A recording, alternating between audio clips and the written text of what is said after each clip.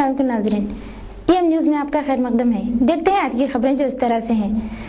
सैयद उमर जलील secretary महकमे अखिलती बहबूद ने media वालों से बात करते हुए कहा कि हज हाउस में खादिमुल हज्जाज के लिए कुरान अंदाजी अमल में आई। आंध्रा से 3 खादिमुल हज्जाज, तेलंगाना से 5 खादिमुल हज्जाज और रायलसीमा से 3 खादिमुल हज्जाज, जुड़वा शहर हैदराबाद और सिकंदराबाद से 4 खादिमुल हज्जाज का कुरान अंदाजी के जरिए इंतखाब अमल में आया। इसके अलावा 4 खादिमुल हज्जाज वेटिंग लिस्ट में भी मुंतखब किए गए हैं। आंध्रा से 9 दरखास्तों में से कुरान अंदाजी के जरिए मुंतखब किए गए खादिमुल हज्जाज ये हैं: अब्दुल कादर शेख जिला गुंटूर हेल्थ डिपार्टमेंट, पठान करीमुल्लाह खान जिला प्रकाशम एजुकेशन डिपार्टमेंट, मोहम्मद अब्दुल खालिक विशाखापट्टनम है और जो वेटिंग लिस्ट में है वो है जानी पाशा जिला प्रकाशम में शामिल हैं। रायलसीमा के दरखास्तों में से जो 10 दरखास्तें हैं उसमें जो कुरानंदाजी के जरिए मुंतखब किए गए खादिमुल हज्जाज वो ये हैं: जी दाऊद जिला अनंतपुर से, शेख खादर वली पाशा जिला कड़पा से, इम्तियाज रहीम जिला कर्नूल से और जो वेटिंग लिस्ट में है वो मोहम्मद अयूब खान और प्रोफेसर शुक्र साहब ने, जो कि स्पेशल ऑफिसर है एपीएच कमेटी के, उन्होंने बेहतरीन इंतजाम किए थे और खुले और आपके सामने मुनफरिद तरीक़े से हमने इनका कुरानंदाजी की और नामों को चुना है। कुल 139 एप्लीकेशन आए थे और उनमें से कैटेगरी वाइज यानी आंध्रा के लिए, रायलसीमा के लिए और तेलंगाना के लिए और ट्विन सिटीज़ के लिए अलग अलग से हमने एप्लीकेशन के ज़रिए खादिमुल हज्जाज को चुना है। और जो लोग चुने गए हैं उन तमाम से गुजारिश है कि वह रुकें और अपने एप्लीकेशन फ़ौरन जो कुछ पेपर वर्क करना है एग्जीक्यूटिव ऑफिसर के पास बैठकर ये तमाम अपना पेपर वर्क पूरा कर लें। हमारी ये कोशिश है कि हमेशा इसको पूरा खुला और ट्रांसपेरेंट तरीक़ाकार से अख्तियार किया जाए और आपके सामने ये था। मुझे उम्मीद है कि किसी को भी इसमें किसी किस्म की कोई तकलीफ़ ना हुई होगी या किसी किस्म की कोई शिकायत ना होगी और हमेशा हम ये कोशिश करेंगे कि हाजियों को बेहतरीन से बेहतरीन खिदमत अता की जाए। मुझे याद है 2001 में मैंने भी खादिमुल हज्जाज के लिए अप्लाई किया था, जब एक हाजी यानी 500 हाजी के लिए एक खादिमुल हज्जाज हुआ करता था। अब की बार यह है कि 300 हाजियों के लिए एक खादिमुल हज्जाज है। इनका काम बेसिकली कोऑर्डिनेशन का है, मदद का है और ये बेसिकली हाजियों की एक अनजान मुल्क में जहाँ पर ज़बान भी अलग है और तौर तरीक़ाकार अलग है, वहाँ पर इनकी मदद करने के लिए होते हैं। बेसिकली ये कहीं गुम ना हो जाए या किसी किस्म की बीमारी दरपेश हो जाए, कोई मुश्किल दरपेश हो जाए, वैसी सूरत में इनकी मदद करने का है। और खुदा न खास्ता किसी का इंतकाल हो जाए तो उनके तदफीन का इंतज़ाम करना और उनके लवाहिफ़िन को उनके सामान को वापस करने का, ये सारे इंतज़ाम करने का इनकी ज़िम्मेदारी है। तो हमारी तरफ से ये पूरी कोशिश की गई है कि ओपन से ओपन रखा जाए और ये तमाम तरीक़ाकार के ज़रिए आपके सामने ये चुने गए हैं। खादिमुल हज्जाज को, खुद्दामुल हज्जाज को बम्बई में 3 दिन की ट्रेनिंग भी दी जाएगी। कब से शुरू हो रही है? 2 दिन। आइंदा महीने 2 दिन की इनको ट्रेनिंग दी जाएगी। किए हुए हों तो जगहों से वाकिफ़ियत होना ज़रूरी है, वरना अरबी पढ़ने वाले जानने वाले आपको बहुत कम मिलेंगे। इनमें कुछ शराइत भी हैं। एक तो ये कि गवर्नमेंट एम्प्लॉई हो या कॉरपोरेशन एम्प्लॉई हो, दूसरा ये कि एक बार हज किए हुए हों, तीसरा ये कि उनकी उम्र 50 से कम हो, सेहत तंदुरुस्त रहो, तवाना हो, ताकि किसी की मदद करने में काम आ सके। जब मुलाकात हुई थी और कुरानंदाजी के ज़रिए हाजियों के नाम ऐलान किए गए थे, उस वक्त आपसे मैंने बातचीत के दौरान कहा था कि हैदराबादी रुबात के सिलसिले में हम कोशिश कर रहे हैं और हमें कौंसल जनरल ऑफ इंडिया जिद्दा की तरफ से एक ख़त मिला था, जिसके बुनियाद पे मैंने एक मीटिंग आज कन्वीन की थी और इस मीटिंग में एपीएच कमेटी के स्पेशल ऑफिसर और एग्जीक्यूटिव ऑफिसर और निज़ाम एस्टेट के औक़ाफ़ कमेटी के मेंबरान को बुलाया गया था। उनसे रुबात हैदराबाद के सिलसिले में गुफ्तगू की गई और रुबात हैदराबाद के लिए नाज़िर रुबात और औक़ाफ़ कमेटी के दरमियान जो इख्तलाफात हैं उसको दूर करने की कोशिश की गई और औक़ाफ़ कमेटी जो कि निज़ाम की प्राइवेट एस्टेट की कमेटी है, उनको कुछ इख्तियारात दिए गए हैं उनके मुतवल्ली जनाब मुकरमजा बहादुर की तरफ से। तो वो पेपर उन्होंने हमारे सामने पेश किया।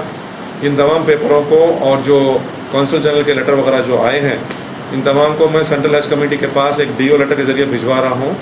और पीर के दिन हमीद साहब बम्बई जाएंगे और वहाँ पर भी सेंट्रल हज कमेटी के CEO, चेयरमैन वगैरह सारे लोग आएंगे और कौंसल जनरल ऑफ इंडिया भी आएंगे। इन तमाम के सामने हमारी तरफ से जो पेपर हमें मिले हैं और जो असनादात मिले हैं, इन तमाम को उनके सामने पेश किया जाएगा ताकि ये मसला हल हो जाए और गुज़िश्ता साल की तरह निज़ाम की रुबात खाली ना रहे, हाजियों के लिए हमारे का पूरा इंतज़ाम हो सके। इस वजह से डिपार्टमेंट भी इसमें कोशिश कर रहा है। गो के ये निज़ाम की प्रॉपर्टी है लेकिन वक्फ है, तो हमारी कोशिश ये है कि हाजियों के लिए काम आ सके और इसको बेकार या रायगा ना होने दिया जाए। तो ये लेटर आज ही मैं EO साहब के हवाले करूँगा और इंशाल्लाह मंडे तक ये सेंट्रल हज कमेटी के हवाले हो जाएगा। हम उनसे गुजारिश ये कर रहे हैं कि रुबात का ये जो मसला है इसको हल किया जाए और हाजियों को वहाँ पर रहने का मौका।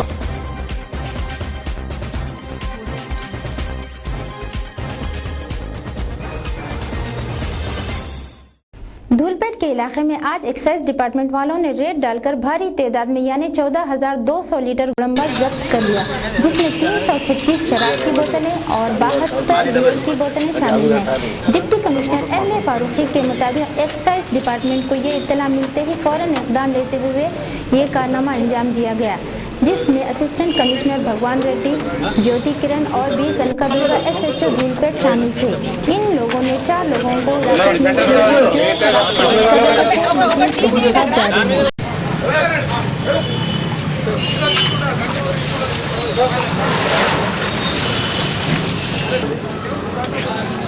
తెల్లవారుజామున ఎక్సైజ్ డిపార్ట్మెంట్ హైదరాబాద్ జిల్లా మొత్తం సిబ్బంది కలిసి ధూల్పేట్లో ఉన్న ఈ నాటుసారా తయారీ కేంద్రాలపై పెద్ద ఎత్తున దాడులు జరిపి 14,200 లీటర్ల బెల్లం పానకము, మరి 1,980 లీటర్ల ఐడి లిక్కర్ దట్ ఈస్ నాటుసారా మరియు IML మరి 72 బీర్ బాటిళ్లు స్వాధీనం చేయడం జరిగింది।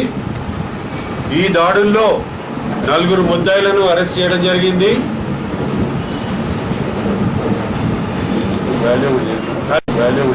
హైదరాబాద్ జిల్లా సంబంధించిన ఎక్సైజ్ అధికారులు assistant commissioner Bhagavan Reddy, excise superintendent Varaprasad,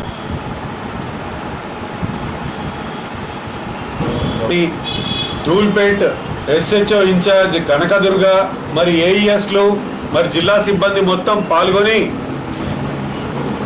పొద్దున్న నుంచి 6 గంటల నుంచి ఈ 10 గంటల యాక్షన్లో హైదరాబాద్ జిల్లా ఎక్సైజ్ సూపరింటెండెంట్ ఆఫీస్లో ఒక కంట్రోల్ రూమ్ ఏర్పాటు చేయడం జరిగింది।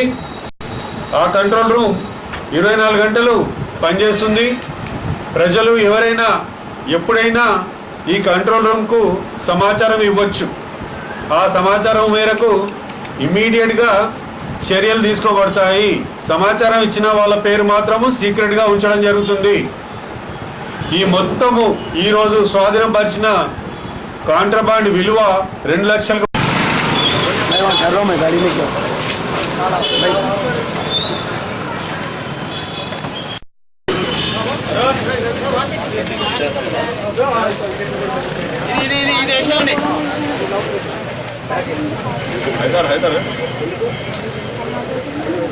ఉన్నాయి సార్ ఇక్కడ సంచిలో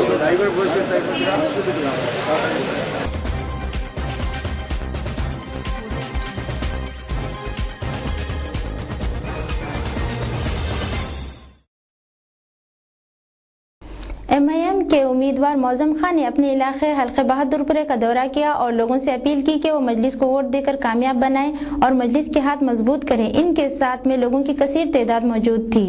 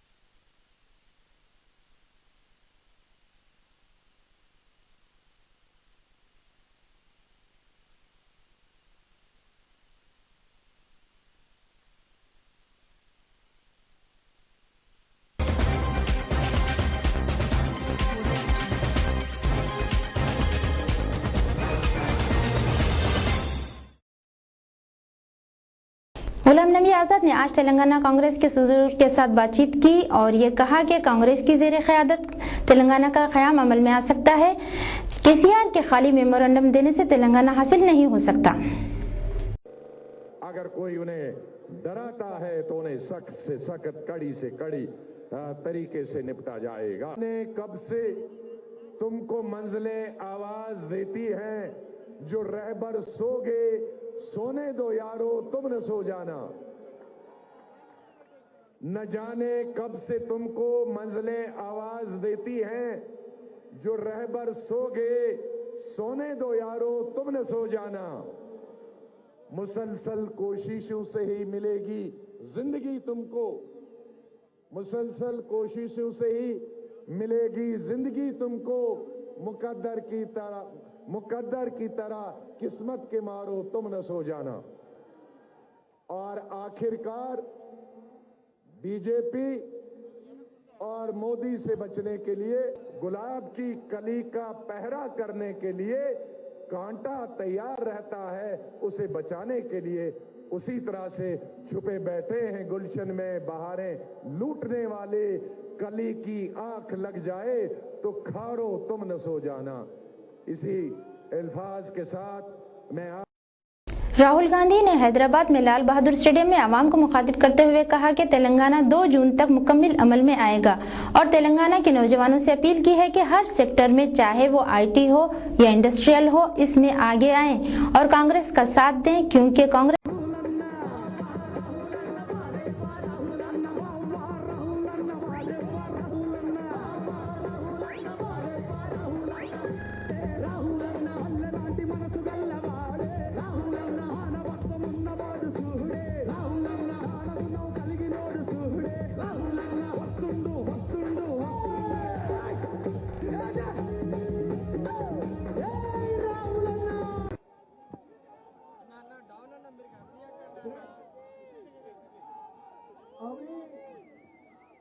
अखिल भारत कांग्रेस कमेटी के उपाध्यक्ष मंच पर आ चुके हैं। आप सभी की तरफ से हम ये हैदराबाद का अध्यक्ष श्री नागेंद्र जी और सांसद रंजन यादव माला दे के स्वागत करेंगे।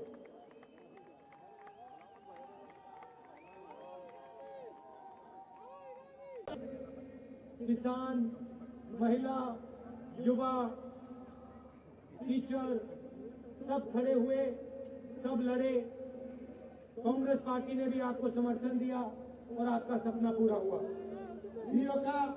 सबको लेकर लोकतांत्रिक तरीके से सबसे बात कर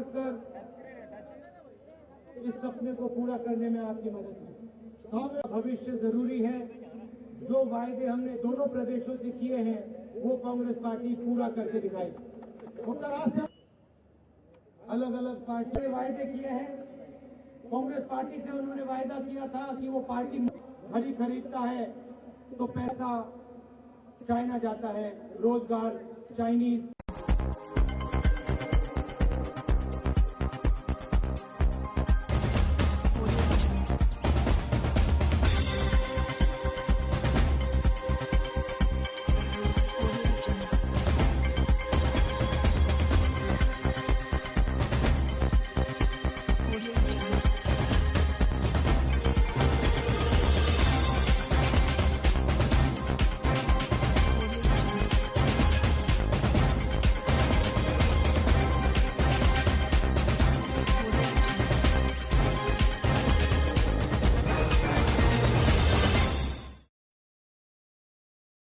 एक तरक्की